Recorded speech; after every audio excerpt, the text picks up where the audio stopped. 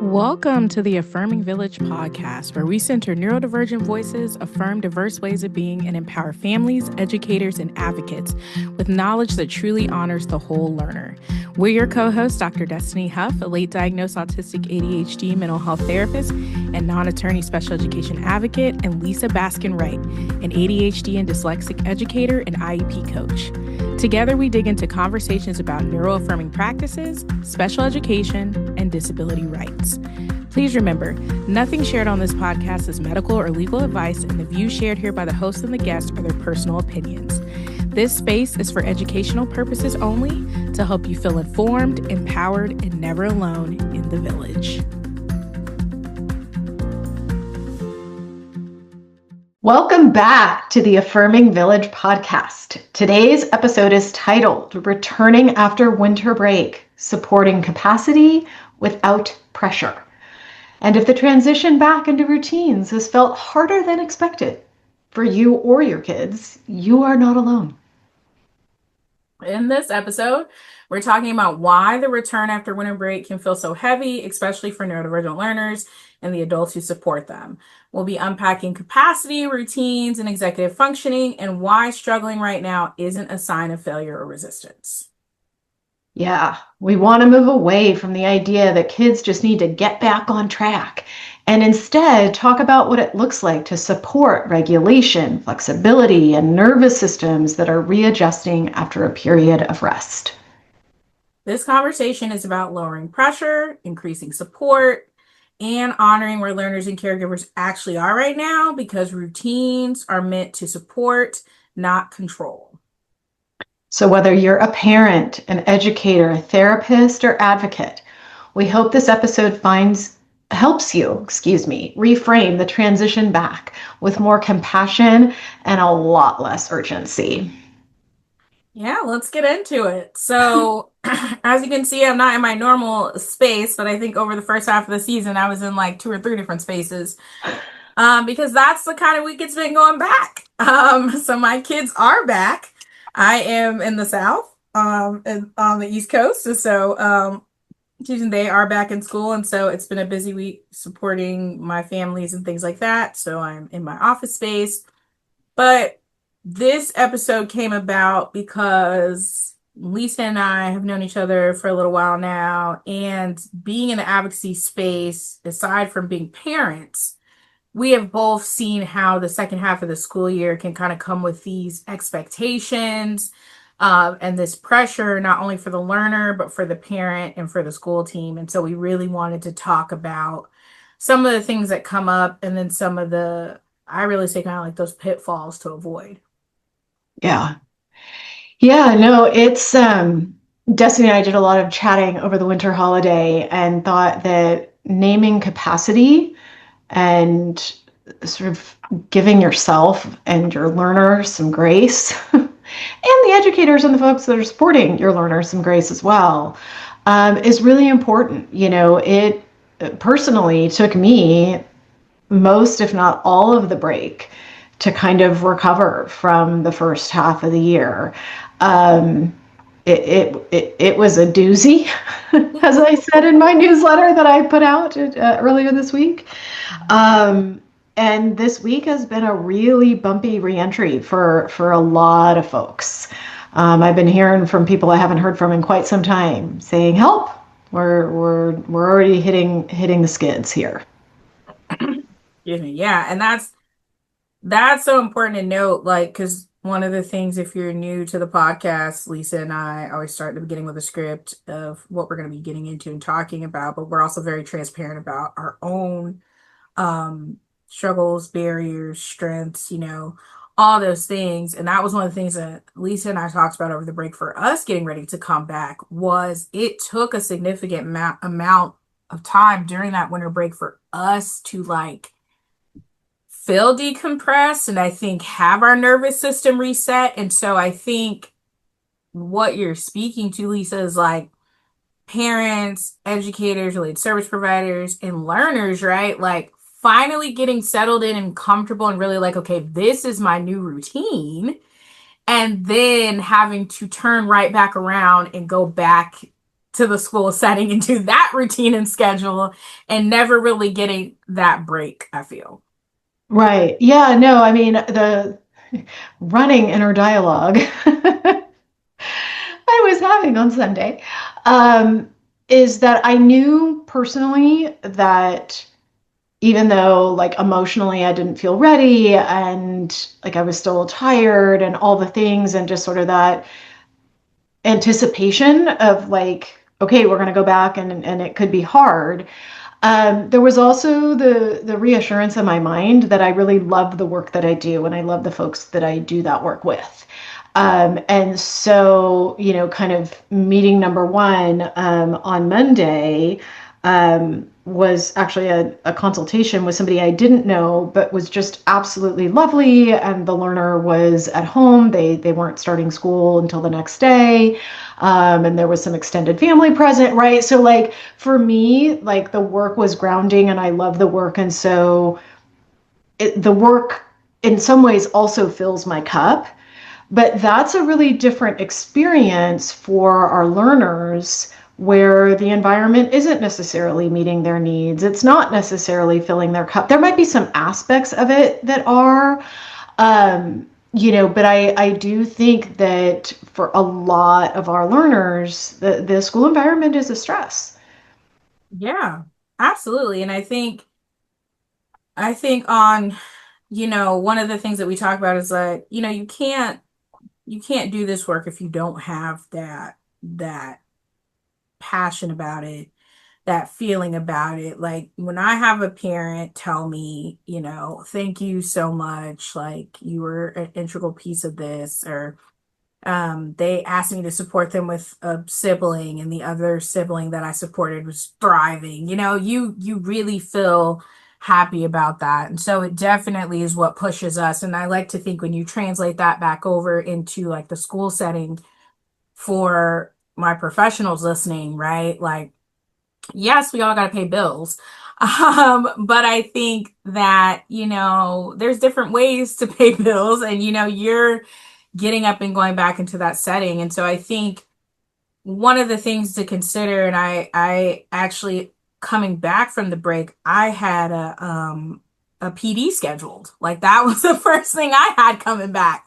So my first start of my day on Monday was a professional development for a school team. Oh, wow. And it was really great to have them be refreshed coming back from this break, but also to be able to start that conversation about capacity and having them have those conversations about recognizing what is your thing. And that's what I kind of call it. What is your thing? We often look at like try and name learners triggers, but what is your trigger as the adult? What is the thing for you that you're like, that's a no-go for me, that incredibly dysregulates me? And then, building that communication and collaboration with your colleagues and peers to be able to say like, hey, like, is there a way for you to tap in on this because I need to tap out because that's my thing. And so I think one of the things that I often see, and I actually saw a lot of reels about it this year, which I thought was funny and great, is that a lot of educators are saying, like, hey, I'm going back day one and we're existing. We are, hey, um, what'd you do for break? What'd Santa bring you? You know what I mean? Like, they're like, because realistically, just immediately diving back in, even if you get your PD, right? Even if you get the ability to, like, do that, it's still a lot. You don't know what's coming back through that door for the learner. You don't know how their break was. You don't know if there was a trip that was supposed to happen that didn't happen. So when we start looking at what they're coming back into, you have to remember, just like you don't know how they're coming back in, they don't know what they're coming back into, right? Right. And so, and then as parents, we can have our own anxieties, and sometimes that bleeds over to our kids. And so they're shouldering that of wanting to do well for us, but sensing that we're anxious about something. So I think one of the biggest things that comes to mind when you're coming back from that break for everybody and anybody is just like consideration outside of yourself. Yeah. Yeah. I saw a couple of reels that I thought were really poignant. which is for some learners, the school environment is kind of the safe place. Mm-hmm. And so showing up, with that in mind is really important. Mm-hmm. But to kind of extend that thinking, for some of our neurodivergent and disabled learners, Mm-hmm. there may be a person or two on campus that really is their safe person. Mm-hmm. And so being able to connect with that adult, is really important to help kind of cue safety and like, okay, at least Mr. So and so's here, and I saw my person, so okay, I can do this, right? Mm-hmm. Um, yeah, no, I just got out of a somewhat lengthy meeting this morning with a young person where things have really gone sideways. And this has been a situation of a lot of fluctuating capacity over the last couple of years with a team that doesn't necessarily understand Mm-hmm. that fluctuating capacity. And so the beginning of the year was actually quite wonderful. And this learner was accessing their learning, and things were going okay. But it really started to dip and slide the last couple of weeks prior to the holiday break. And there's a million factors, I think, at play. But this young person's a second grader, and the folks feel like their differences are starting to be noticed and Mm-hmm. pointed out Mm-hmm. by peers and actually adults. Mm-hmm. That this learner is starting to be on the receiving end of like, you're a big kid now, and big kids are supposed to blah, blah, blah, blah, blah, right? Some ableist trash that's really like taking a deep draw from their capacity. Mm-hmm. And so, this learner is having a really, really hard time because there's a deep desire to like be in community and connection. And then when in that community is feeling othered and ostracized and depleted, and things have escalated really, really, really quickly, and there's already been a suspension, and we're like 5 seconds into school. And so I was asking the parents, like, from your perspective, what do you think has informed sort of this trajectory over time? Do you think that sort of coming in off of summer, your child's capacity was greater, Mm-hmm. because they got that rest, they got that respite, and the beginning of the year perhaps is a little less pressured, Mm-hmm. right? There's a little bit more of a recognition that like, oh, we're all coming off of 2-ish months of Mm-hmm. time away, and let's sort of ease into, right? Mm-hmm. But now it's like the second half, and so there's like a different sense of urgency, and that the capacity is in a different place, and that sort of intensity and urgency is maybe feeling different to them. And they were like, yeah, absolutely. Um, and so it's just, we have an emergency IEP happening next week where we will be discussing capacity and ways to like recognize that it's not about ability per se, it's about capacity. And so how are we supporting this young person in a way that turns the knob down on the pressure? Yeah, absolutely. And that again, for those listening, when we are talking about capacity, we know capacity reigns into everything, right? Like if I am too tired, my brain is not processing at the speed that it needs to process. No. I am not taking an input the way that I need to take an input.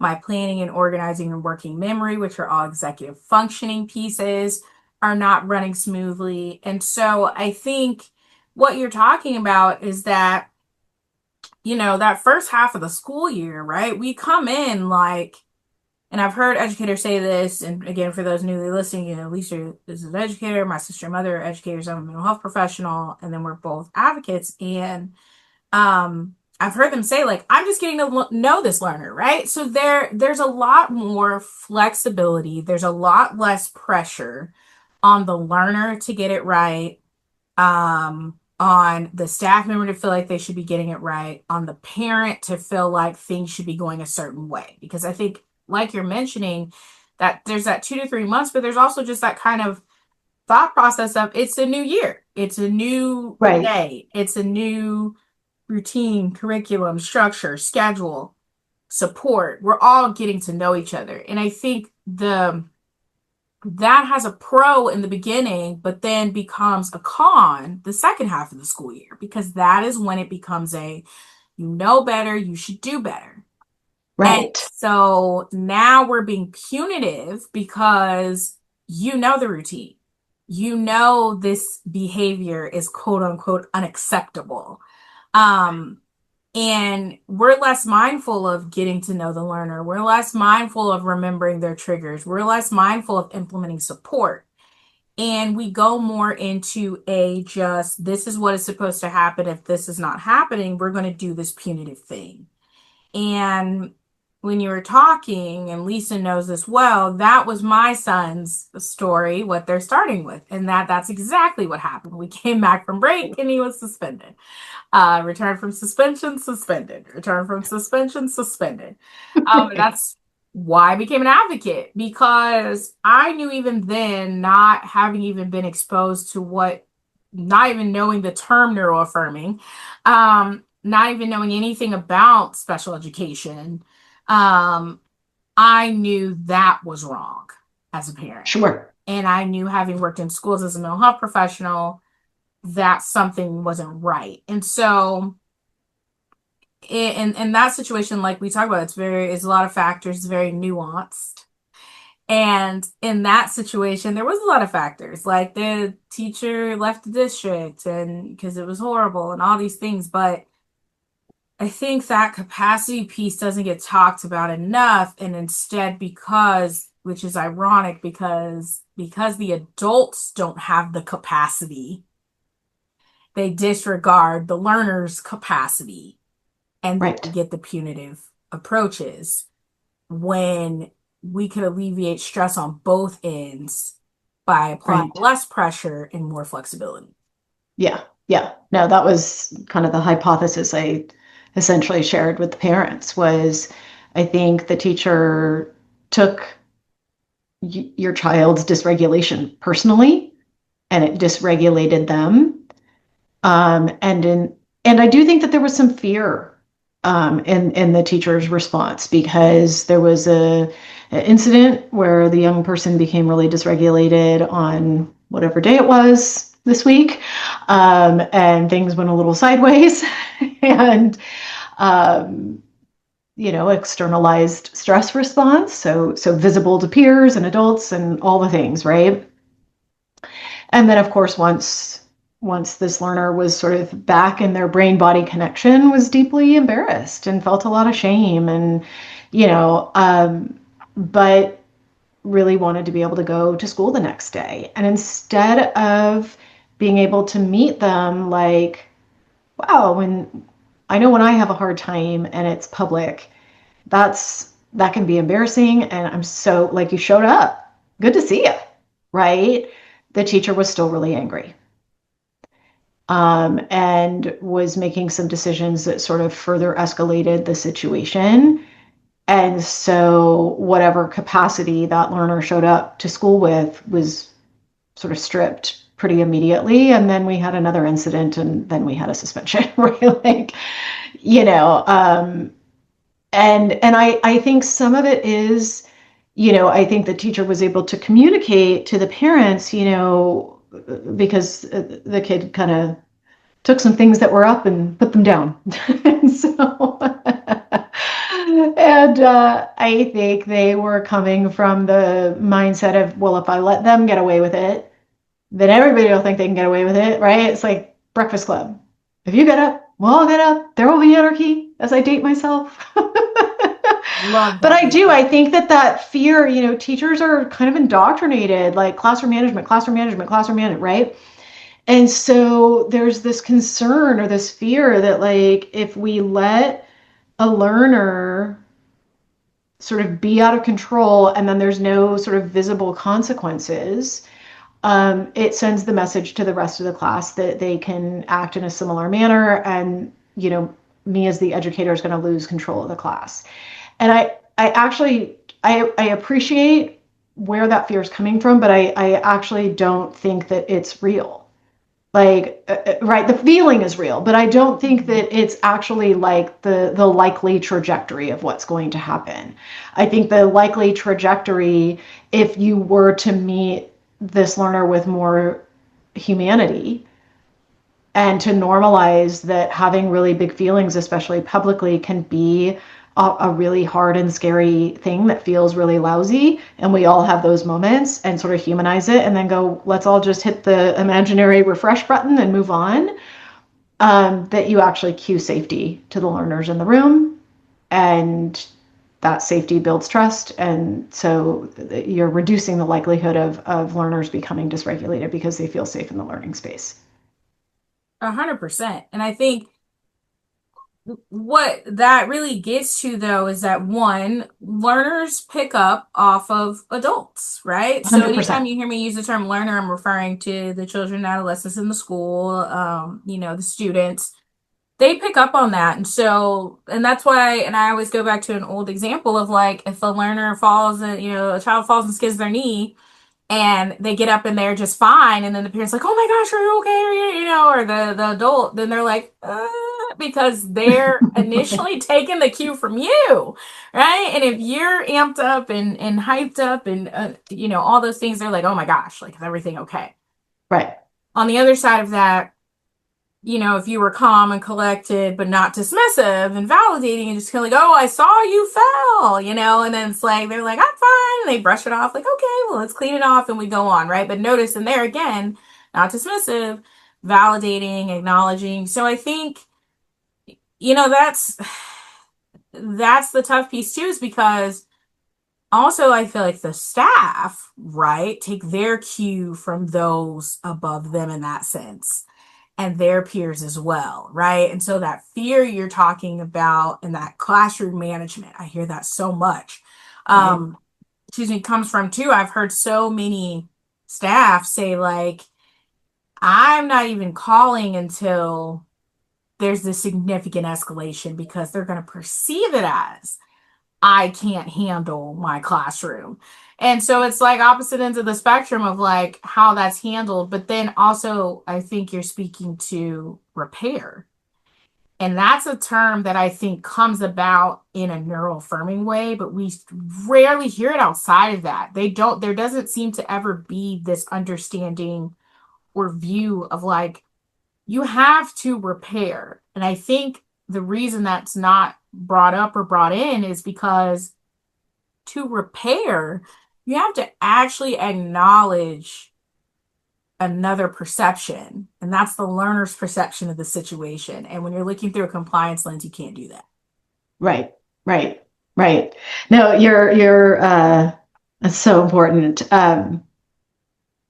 The guest we will be having on at some point in the next few weeks, hopefully, as a mental health professional as well, and she spoke to the need for repair really explicitly multiple times in IEP meetings I've been in with her, and I agree. I think it's such a critical piece, but I think that the compliance structure and that mindset gets in the way, Mm-hmm. right? Because it's this fear that like the tail is going to wag the dog instead of just humanizing everyone involved and sort of modeling how we repair when things go sideways, Mm-hmm. and moving on. Absolutely. And I mean, and it's so small too. It's a small act that becomes a big thing, right? So like Right. just the way you receive them after the situation. Because I gotta tell you, Lisa and I are neurodivergent, and it's on our mind when something happens and how we handle it, and that shame and that guilt. It's there. I don't need you to replay that for me. Especially if I'm walking back in the setting and the situation. I know exactly how I made myself look and how it was not okay as an Right. adult. And as a learner, I even from a worse standpoint, might not even completely know. It might be, what we call in the mental health word catastrophizing, which means making it seem larger than it is. And so I'm very self-conscious, I'm very concerned. And so I'm walking into the situation and I'm already like on pins and needles. And then your response really determines how my nervous system adjusts and resettles into that environment in that situation. Right, right. And just sort of pulling us back to this theme of capacity without, without placing pressure is the mental sort of acrobatics you're doing as my dog starts to bark, of course, as I'm talking. I'm going to mute myself and let you speak for a second so people don't have to listen. Yeah, the mental gymnastics of capacity um, that the learner's doing, that the adults are doing. But really, I think how the adults receive the learner really speaks to them not being regulated from that situation. And part of the support the adult needs, which I always tell my educators, is support that they're often not getting. Um, when I talk to them and I'll come up with like scenarios of how to support a situation. And I blatantly say in front of, the administrators that I'm very aware that this requires outside of the classroom support. I say this. I'm very aware that like you are one, two, three people to however many learners, and you need an outside individual to come in and do this. And that's me putting the onus back on the administrator, because part of that neuroaffirming piece that I often have to state for educators when they're like, well, that would be great in a perfect world. And it's like, yeah, and part of that would be you getting the support that you need to give the support, right? Right, And so it's repair, but it's also like, hey, like this was upsetting for me as a staff member, as an educator. And so what is a reentry plan for this learner where we can engage, but I am maybe not having to have that long stint of engagement on that after that initial reentry, because of how this impacted me and because how I need to reset to fully receive them back into the setting. And instead, we go to those extremes of just, not letting them go back to the setting at all, or like they're just going to be with you right. again all day and you just have to deal with it. Right, right, right. And I apologize for little Jonesy girl. Somebody like dropped something off or something, and so it was a catastrophe, and she had to let everybody know. Um, that recognition that those mental acrobatics are deeply impacting your capacity. That's Mhm. work. That's Mhm. exhausting, right? So if you're met with understanding and compassion and humor and humility and all the good things, that actually Mhm. fills your cup, right? It quiets the voice in your head that's telling you you still have to hold on to this and worry about it. And so it alleviates that pressure and it restores some of your capacity. But if you're met with anger and frustration and somebody is still kind of viewing you through the lens of you messed up my classroom yesterday, or you threw something you weren't supposed to, or whatever happened, and I'm still mad at you about it, um, that's going to make those voices in your head that much louder. It's going to diminish your capacity even more. It's going to increase that pressure. And it's going to really impact, um, I think, that amygdala response of like, eject, I'm out, get me out of here, right? Not safe, Mhm. right? But I think you lift up a really important piece is the capacity of the educator to be able to receive a learner, especially like if if the trigger for the adult is a learner throwing something or cussing or whatever may have happened. Um, my mom jokes, she was an educator for many, many, many years. And there was a kid, I guess, that was suspended for a couple of days. I don't know. And he came back and she said, "Oh, it's good to see you." He goes, "Yeah, I told so and so to fuck off." Right. And the whole class, like, like, told some teacher to fuck off, right? So the whole class, like, right? And my mom looks and goes, glad it wasn't me. And they all started laughing and like just moved on, right? And so, Ah, I love that. I love that. And in her I'm gonna head, get in she's trouble. thinking, I might have told that person to fuck off too. Thanks for saying it for me, but she didn't. But like Right. that moment could have been handled differently, right? Like a Yeah, she could be like, teacher "Oh might my have been gosh, like, you you said can't that," say and that, right? mm-hmm, Now you're saying it again. You didn't learn your lesson. You've got it right. Whereas she was like, whoop, mm-hmm. glad it wasn't me. Glad you didn't say it to me or And whatever. I'm gonna get in trouble by our editor because she tells us to stay in a certain frame, and I'm like not in that frame so that you all could see my shirt. So Miss Sam says regulation before expectation. Oh, I love it. Um, and I think that that speaks to, you know, the intent really of this episode, because in order to be at your full capacity, right, you have to be regulated. If you're Right. not regulated, it's not there. And so I talk to so many educators. I know so many staff as they get ready to go back to school, and they're just like, you know, related service providers, administrators, and they're like getting up the will to go back, even if that first or, you know, first day or first 3 days is professional development. And I think my, you know, message to them is just think about that.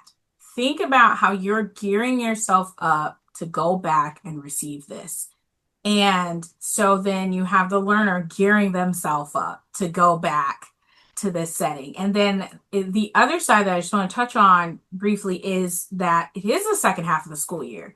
And when I was doing my PD on Monday, that's one of the things that when I brought it up, all the educators were like nodding in agreement and understanding, was that like that second half of the school year goes like boom, boom, boom, boom, boom for everybody, right? Like now we've got, if your grade's old enough for testing, we've got state testing going on. Right. Um, the first half of the school year, we're perfectly fine teaching routine and schedule and structure. The second half of the school year, I need you to know what we got to do, because now I'm getting into the hard stuff, the stuff to prepare you for testing, like the stuff to prepare you for the next grade, to prepare you for your next teacher, to da da da da da da da da. And Right. so staff is overwhelmed. You know, in our districts, our kids came back this week, and guess what? It's coming out Friday, report cards. Right? You know what I mean? Like, it's like, that's wild. And so it, Right. It also sets this like really crappy expectation that educators are supposed to be doing all their grades over the holiday when they're not being paid. right, like you have the time, so it should be done. And so Right. Sure. that's the thing. And I heard so many, like I saw so many reels and jokes, but I also heard like so many of my friends were like, yeah, like I looked over at my work laptop, I looked over at my grades, I looked over at, right. And so and just for my parents out there listening too, the reason why we're really touching a lot on the educator learner piece in this episode is because when we talk about that going back capacity, we really want the educators to adjust that approach with the prep. Because I feel like, as parents of disabled learners, which Lisa and I both are, we have it on our mind going back into the setting about our learner and how to approach that. And as we said too, you know, Lisa's on the post high school route. I'm on the still in elementary school route. So I Right. No, but it's there. No, I mean, I could tell so many personal stories right now, and I'll spare all of you, but like my daughter now lives independently. She's in an apartment, goes to university.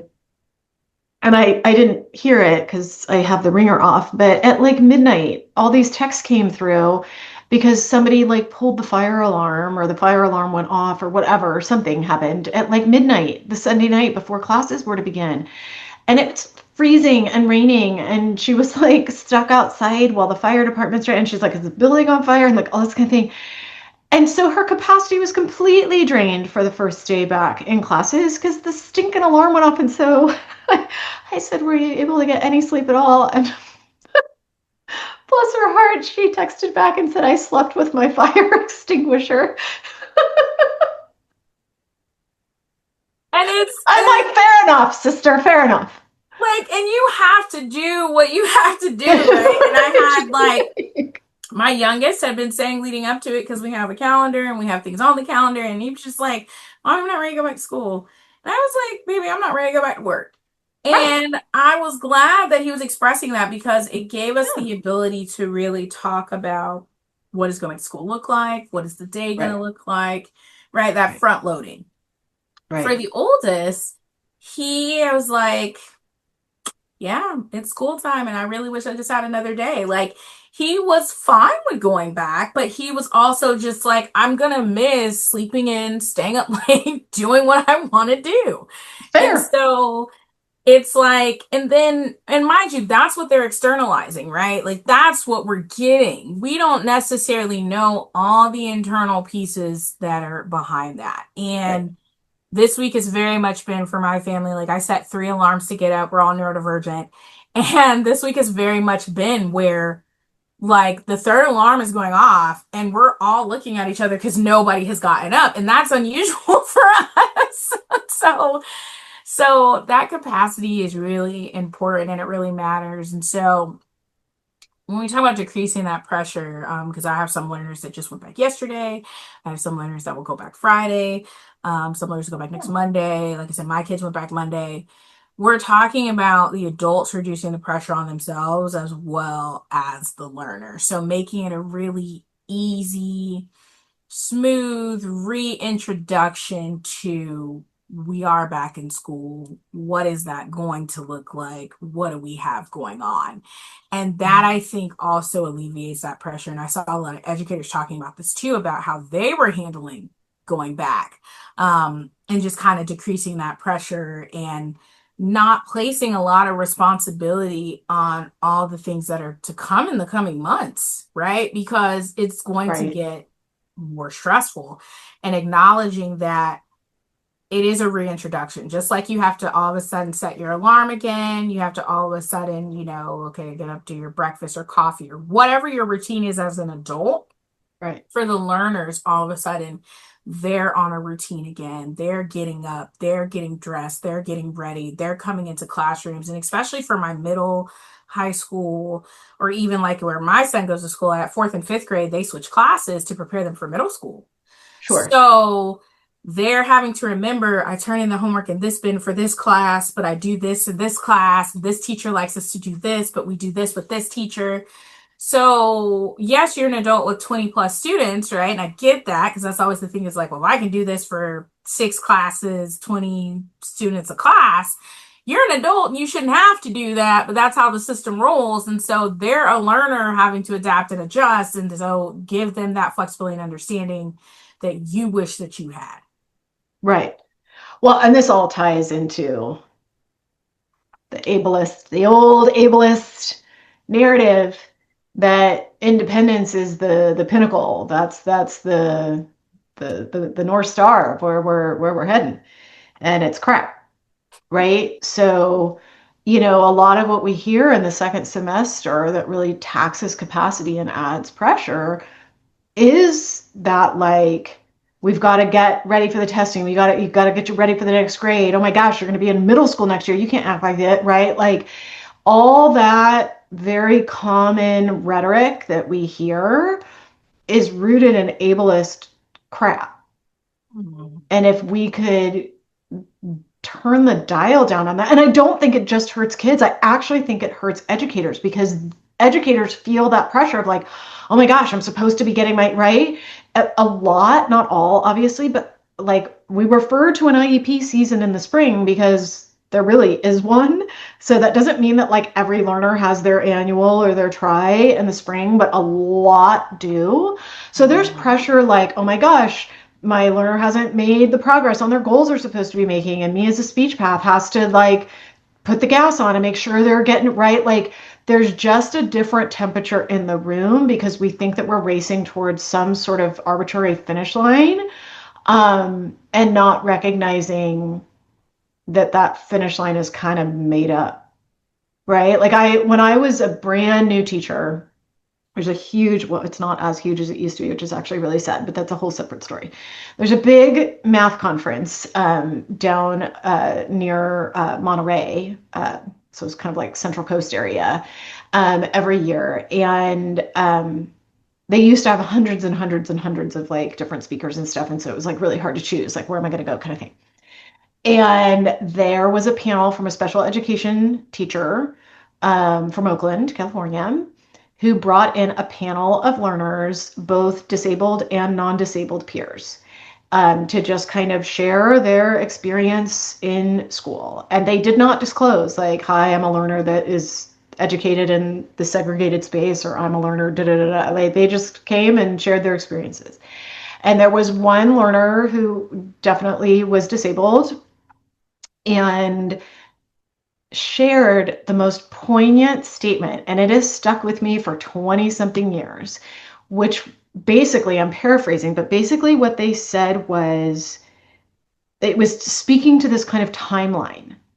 Like, if I can't figure something out yet at the time of the test, but I managed to kind of make sense of it a little bit later, why am I being penalized? Why aren't we just celebrating that I kind of achieved a new skill or reached a new milestone or understood a concept, right? Like, why are we adding the pressure of some made up timeline? And I just remember thinking that is the most powerful and true statement. And it came from some like 15-year-old kid or 16-year-old kid, right? And I was so grateful I was hearing it at the very beginning of my career, because I kept that with me. Like, timelines are literally made up. Like, I used to, maybe it's bad teaching, maybe it's good teaching, I don't know. I don't need to assign a value to it. But like, when I was teaching, if I didn't feel like the class on the whole was like ready for the exam, I would just stop class and say, all right, y'all, we're like trying to prepare ourselves for, tomorrow's exam or Friday's exam if it was on a Wednesday or whatever. I'm kind of getting the sense we need a little bit more time with this material. What's your guys' feeling on it? Should we bump things back? Okay, let's add a day of prep. What should that day look like? Like, I just included them in the decisions, and I didn't think that I was supposed to ask an administrator. I just did what I wanted to do. But I felt like they should have a say in their, like, is that going to feel more stressful to push it back? Is it going to feel like it alleviates some pressure? And let's together come up with what prep would be helpful for you. Like, and I didn't do it all the time, but like, I always had that kid in mind that, like, But if we don't I get love that there, you like, were, I love that you were, and I always say this, Lisa was neuroaffirming before she knew she was neuroaffirming. Like, I mean, just having them be a part of the decision and including them in the conversation and giving them that autonomy and that choice is a very powerful right. thing. And I think also too, like, I know I had a high school learner, and the teacher was just like, you know, yeah, like, we're gonna review the material before the test. Like, I do with all my learners, I do this, I do that. It was just basically speaking to, like, I'm not making more work for myself than I need to. And I was like, so many people need to hear that. You also need, and don't want to be dismissive of this either. You also need the leadership that is not micromanaging to allow that. And I know Oh, I've 150%. I've had IEP teams where and school teams where it's like we just have to have so many grades for so many things, and it's like it's Right. up to us, and then there's some where it's like they don't even get that, like, say so type situation, and so it becomes very convoluted. But Yeah. um yeah, No, I think what 100%. you're really talking about though is like looking at your learners, having built the relationship, but taking that accountability and ownership on yourself too, of like the material. And something my dad said, I think my sister reminded me sharing it, but we were talking about something and it was a lesson, and this was her class last year.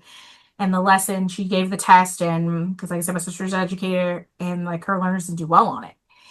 And she's talking to my dad, and my dad said, never taught a day in his life in that regard. He's been in the military, been in leadership positions, but never been an educator, so to speak. And they didn't do well on it. And he goes, and what does that tell you? And she's like, that I need to find a different way to teach the material. And he was like, Right. exactly. And so Right. it looks like Right. everyone doesn't catch that and take that onus. And I remember even as her big sister being like super proud that she recognized like, oh, there's something here I need to adjust. Right. It's a And looking mirror. at that. It's a mirror. If the Mm-hmm. whole class or the majority of class is really struggling with something, and not in like a blame, I'm terrible teacher kind of way, but in the, like a really curious, reflective kind of way of like, gosh, we are not getting this. How do I Mm-hmm. pivot? What makes more sense? What might be a better approach? Do we just need a little bit more time to marinate with this? Do we Mm-hmm. need to, right? Like, um, do I need to find a way to make this more concrete or more relatable or more, right? Like, what can I do? And all of that requires capacity, Mm-hmm. right? And so for educators that are feeling that pressure, like you're saying, that administrative pressure of like, I got to get to such and such by Friday because if I don't get to, right? Like you can hear the Mm-hmm. spiral. Mm-hmm. It doesn't allow for that kind of reflection to go, okay, I swung and missed. Like, Right. and not in a Well, terrible way, but in a curious kind of way. Like, okay, yeah. we're not doing what we need to be doing. This is tricky stuff. Where are the gaps? What kinds of mistakes are kids making? How can I learn from those mistakes to see like it's funny because Destiny knows, I don't know if I've shared, I've been meeting with a group of my former colleagues once a week for a few months.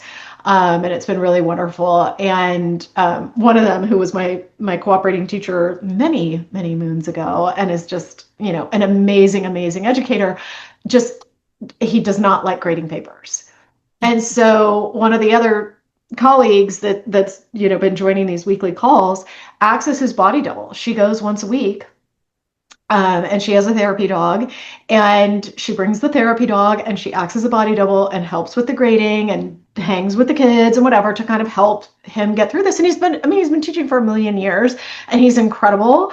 And this is like the one thing that's super hard for him.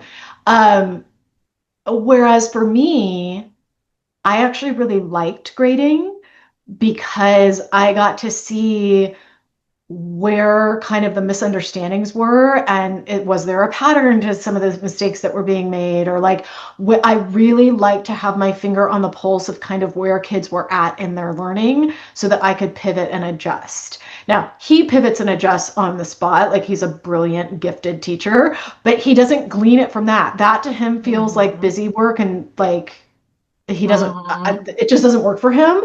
um but it's really I don't even know where I was going because my brain just farted. It short circuited Well, mid. just talking about like, the different capacity and like, but Yeah. also what you're able to do with that capacity. And I think Yes. what Thank comes to you. mind for me is that when you have capacity, you're able to process, you're able to problem solve, you're able to communicate, you're able to collaborate. Yeah. And when you don't, you're not able to do that. So Right. it's like, the saying the kids have, it's my 13th reason, in the sense of like, one more thing happens, I cannot. And I think when we come back from winter break, and especially I know this school year, I've heard this a lot, and we even felt this as advocates and as parents. Um, this first half of the school year has been like unprecedented in the emotional, mental, physical impact. Yeah. And the toll. And so even going into the second half of the school year, it's like could have used a summer break in between. Right. Right. Well, you and I did an episode, and if you think I remember the number of it, oh, my friend, think again. But we talked about sort of filling our own cups as parents and like Yeah. bringing kind of balance and joy to our own lives. Yes. And, for those that sort of follow along, or the algorithm shows you my stuff, like I try to work out. I'm not an everydayer kind of person, but I try to fairly routinely work out, and it is the first thing that goes like when I get busy. And it's like It's so ridiculous because it actually gives me better capacity to be able to do the things that I want to be able to do. But I Mm-hmm. have a really hard time like saying no if somebody need, right? Sure, I'll stack those meetings. Sure, I'll do it, right? And then it's like, oh, I took 3 steps and haven't lifted anything heavier than a stress ball, and we're doing great.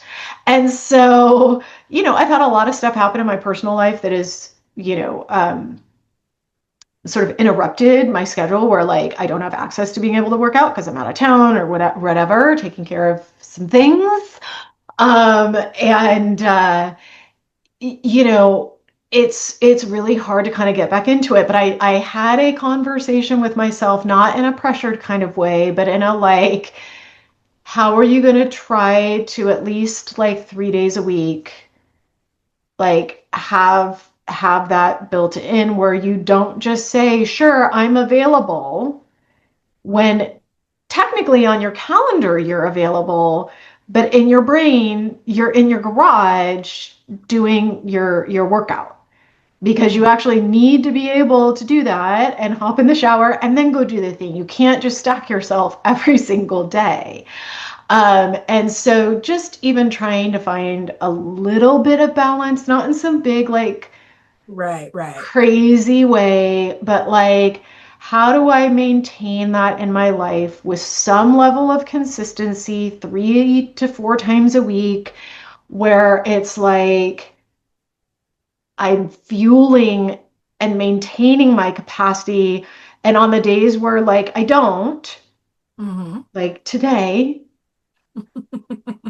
keep it real. I'm going to attempt to squeeze in a walk, but we'll see how that goes.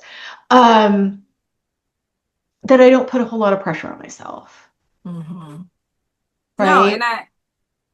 and I think that's, that's a great way for us to head towards that wrapping up too, is just looking at, how we have to try and do that for ourselves. And, one of the things that Lisa and I talk about is like, obviously to do this work, you're either, in my opinion, you're either money hungry or you have a big heart. And I think that Lisa and I very much fall into the have a big heart category. And so because of that, we are, oh, I can squeeze you in for 30 minutes here or 45 minutes here. Or, and a lot of times for us, like right when Lisa and I got on this, I was like, hey, we're not going to start right away because I got to eat because I haven't had lunch because I squeezed in, a call. And so we do that often. And so I think it's kind of taking the pressure off of what you have to do and seeing it as something that you're choosing to do to support you. And I think that's what you have to look at with capacity coming back after the break is like easing back into it. And, how do I kind of lift that pressure valve, but still feel like I'm getting done what I need to get done?